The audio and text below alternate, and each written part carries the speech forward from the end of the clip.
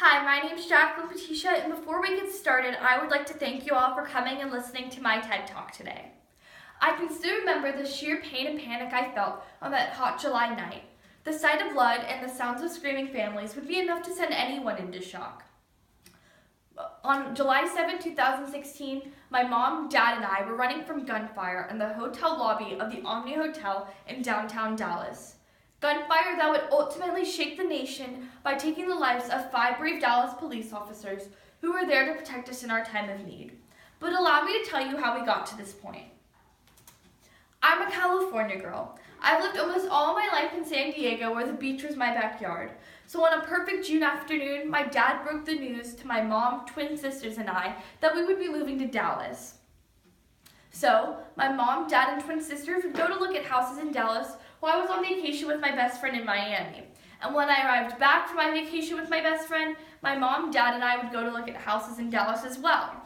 Up until this point, my life seemed to be a total dream. But little did I know that within hours of arriving to Texas, I would be living out a national tragedy.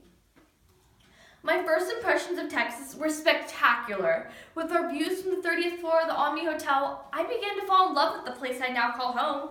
We decided to spend a night out on the town, a decision many other people had made as well, and one that we would all soon regret. The first thing we did while out was look into this adorable Texan-themed store filled with stereotypes. And this hat was the perfect accessory to express my newfound love for the Lone Star State.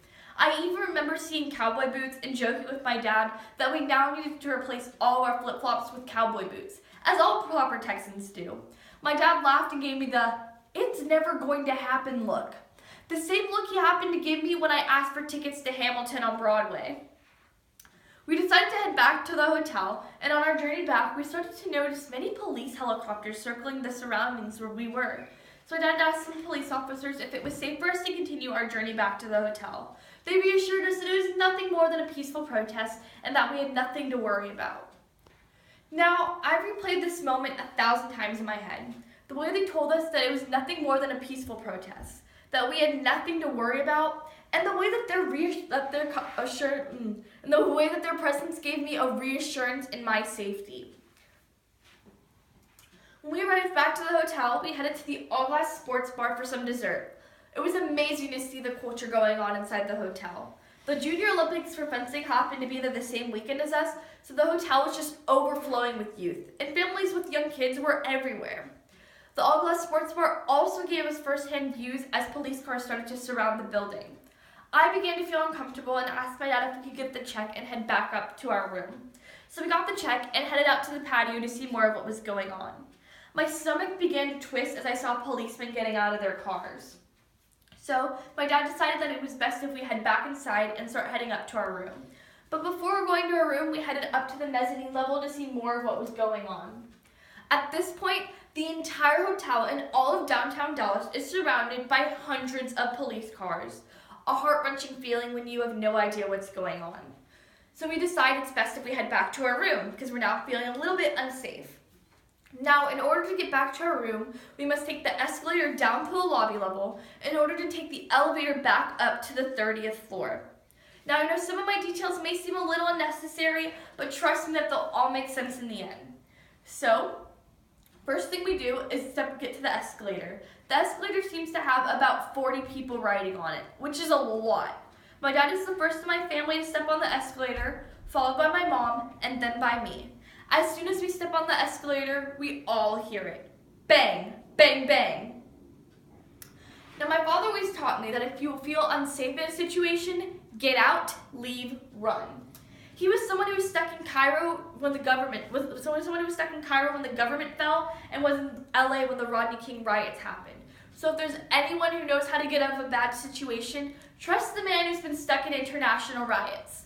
So if you ever find yourself in a life or death situation, remember this: run, hide, fight. I could not process what the noise I first heard was, but judging from the swarm of people running back up the down escalator and the amount of people dispersing from the hotel lobby, you bet I was taking off as the first person off that escalator. We very quickly learned that our Californian footwear choice was not going to be the best in this situation. So while my mom and I kicked off our flip-flops, we watched horrifyingly as my dad tumbled trying to get back up the down escalator and losing his flip-flops in the process. I told him that he should have bought the cowboy boots. With bloody feet and tear-filled eyes, we began our journey back up to the 30th floor. I want you all to put yourselves in our position now. You move to a new state, hear gunshots, see blood, watch people wait for an elevator that you know is never going to come, and watch people wait for an elevator that you know is never going to come because the hotel is under lockdown. In a situation like this, taking the stairs could very likely save your life. Whether you have to walk 5 flights of stairs, 30 flights of stairs, or 100 flights of stairs, every second counts. But the scariest part to think about during all this is, what if I die? What if my parents die? What will happen to my younger sisters? What will happen to all the other families around us? We have no idea who is hurt or who is at risk, but all we know is that we do not want to be in this situation anymore. We do not want to be involved in this shooting anymore. But no one ever wants to be involved in a shooting. The definition of a mass shooting is one in which 4 or more people have been shot. So by that definition, there were 359 shootings within America, just in 2016. My family was lucky. We were safe except for a few scratches and bruises, but we were able to call our friends and family and let them know that we had been okay and what had happened. And between social media of Twitter, Facebook, text messages, and the news, there was no shortage of information, though all of it was wrong. First, we heard that there was a shooter inside of our hotel trying to hurt whoever they could. Next, we heard that there was a sniper on top of the building next to us. And then we heard that there was a bomb inside the hotel. We had no idea what was factual or what was rumored, and in a moment like that, when you have no idea what's true, you go back to your basic knowledge of run, hide, fight. We had run from the initial danger of the gunfire, and when the obstacle of the elevator being shut down came in our way, we continued running and found the fire escape. Once we knew that we were safe hiding in our hotel room and that was our best option, we did not want to risk fighting. But while we were hiding inside of our hotel room, the police were out there protecting us. They risked their lives each and every day to serve and protect the people. These selfless heroes should be honored for walking into situations that they don't know if they're going to walk out alive. They run straight towards the danger while everyone else runs away, and every moment that they spend with their families could be their very last. So these selfless heroes should be honored for walking into situations where they don't know if they're ever going to see their families again. Thanks to the Dallas shootings, I now have a small taste of what it's like to question if you are about to die or if you are ever going to see your family again. But for them to do it day in and day out, for me, for you, for anyone who needs their protection, we say thank you. Thank you, men and women in blue, and thank you to all first responders for your selfless acts of risking your lives just so that we may live a better one. The world can be a scary place, but it can also be a great one. Something as horrible as a shooting can happen anywhere, at any time, to anyone, and unfortunately for these 5 brave police officers, that was the case. But know this, if there's ever a situation that you feel is life or death, that you have an option, the option to run, to hide, and to fight. But for the police, they have one choice: fight. Thank you.